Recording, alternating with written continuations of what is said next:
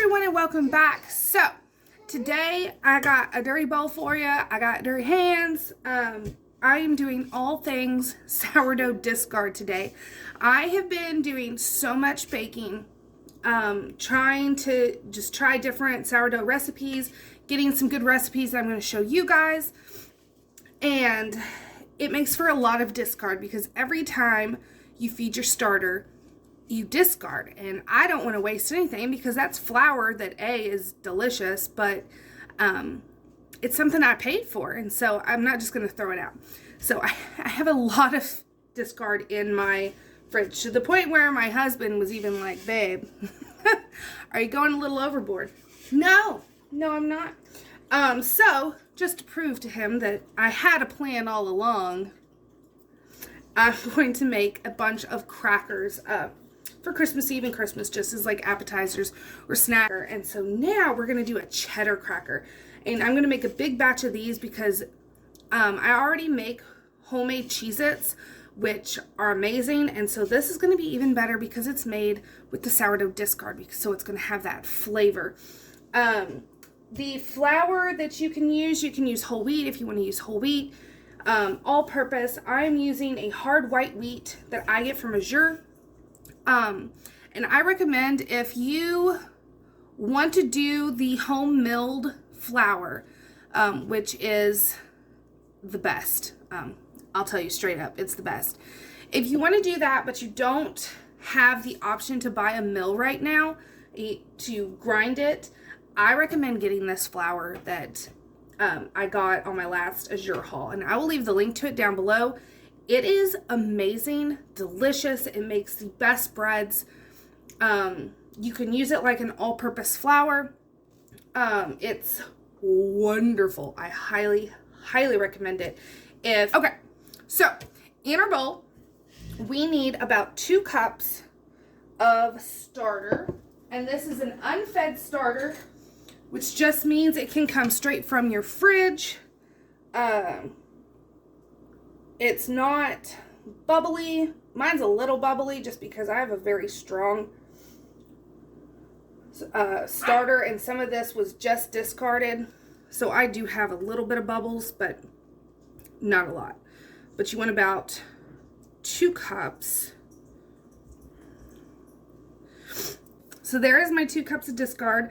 And one thing to note, this discard has been full and in my fridge for over a month, and it is still good to use. It is perfectly fine to use. So now to our starter, we want to add about 4 cups of flour. Okay, and to this, I'm going to add 2 teaspoons of salt.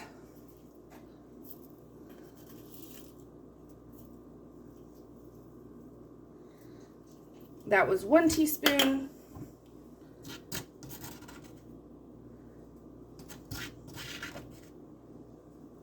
And just for fun, I did half regular Himalayan pink salt, and half of that was a garlic and herb salt grinder, because I used that for my other recipe. So put some of that in there.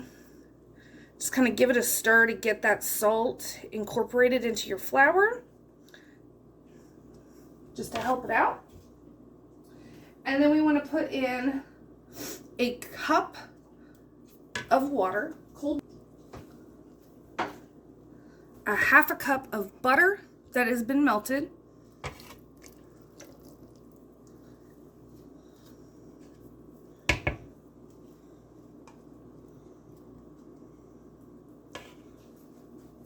okay.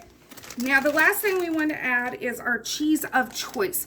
Now, obviously, a cheddar is going to be delicious, and it is going to be closer to something that you would find at the store. I know that was a very large knife, but it was the closest one to me. You can use pre-shredded or shred it yourself. I am an advocate for shredding it yourself. However, I was gifted this huge 2-pound bag of Kobe Jack, and so I'm going to actually use it instead of shredding my own, just because I want to use it up. So, cheese of choice, mine obviously is Kobe Jack, and you want about 2 cups of cheese. But a sharp cheddar would be really, really good in this. That's usually what I use, sharp cheddar or white cheddar. And then if you have cheese powder, I got mine, I think it's Augustus Farm, I think is what it is. You can find them on Amazon. They have white cheddar cheese powder, and then they also have cheddar cheese powder. Those are the 2 that I've tried, and they are excellent for giving it like that extra something to where like a Cheez-It will, white cheddar Cheez-It has that powder. It's the same concept. Delicious. So now we just need to mix all this together. And you can use your hands. I used my hands with my other one. I'm going to try to just stir this, but we'll see.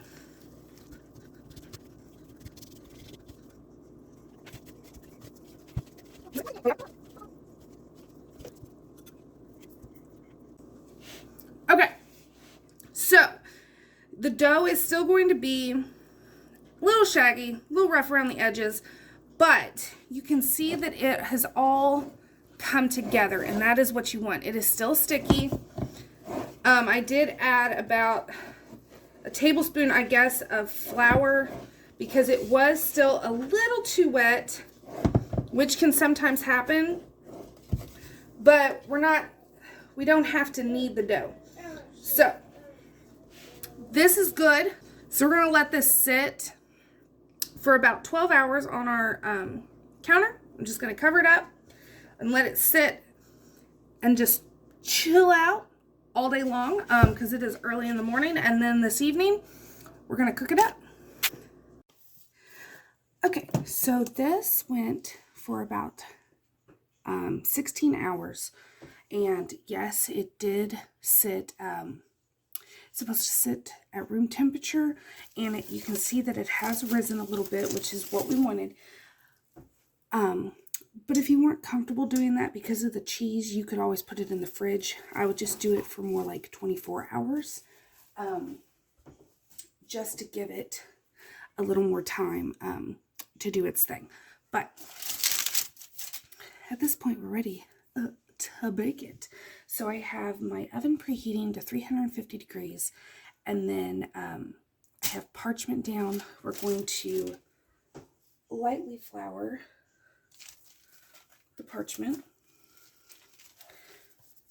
and then I'm going to cut this dough probably in a quarter and do a quarter at a time with another parchment on top, and we're just going to roll it out to about 1/8 of an inch. So I'll show you what that looks like.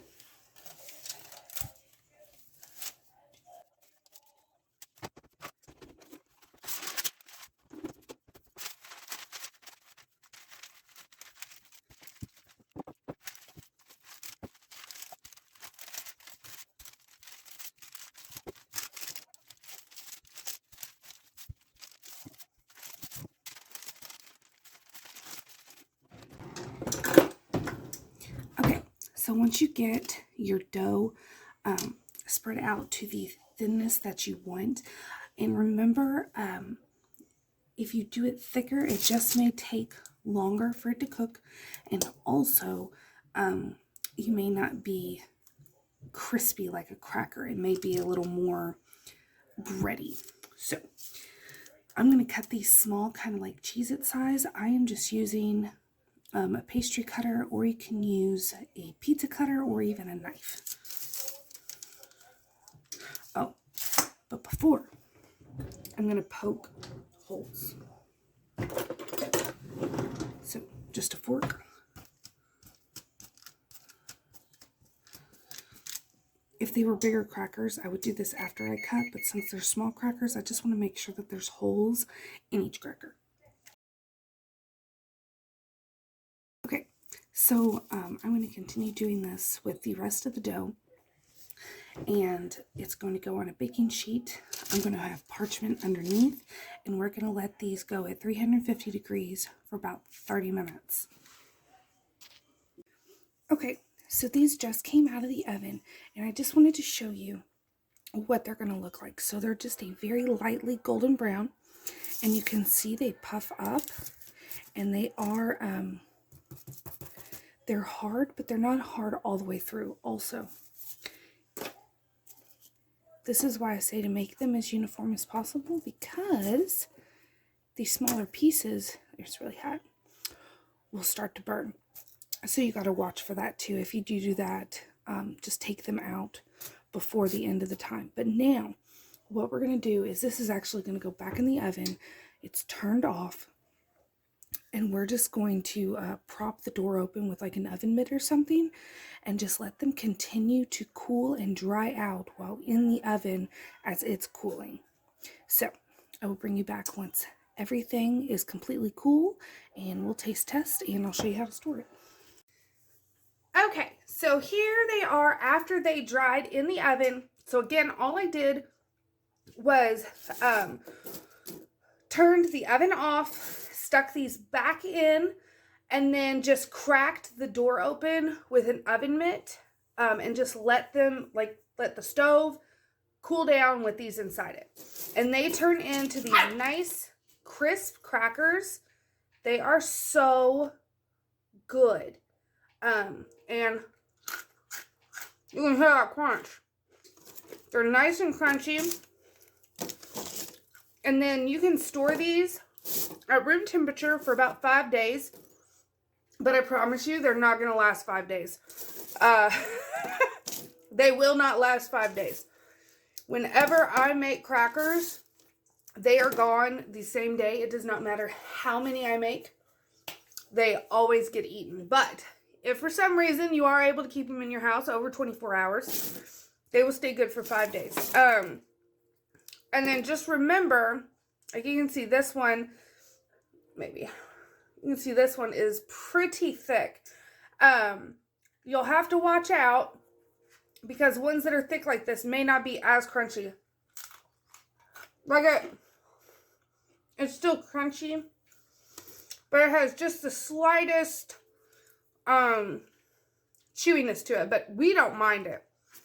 We think it's delicious regardless, but it's a great way to use your sourdough discard, and it's just delicious, and it's healthier. I mean, there's obviously debate on how healthy eating a bowl of crackers is, regardless of if it's a fermented batch or not, but I mean, take what you can get. Anyway, you can be a little bit healthier, right? So I hope you enjoyed this video. I hope you try them out for yourself, and I will bring you along for another video probably tomorrow. Thanks for watching.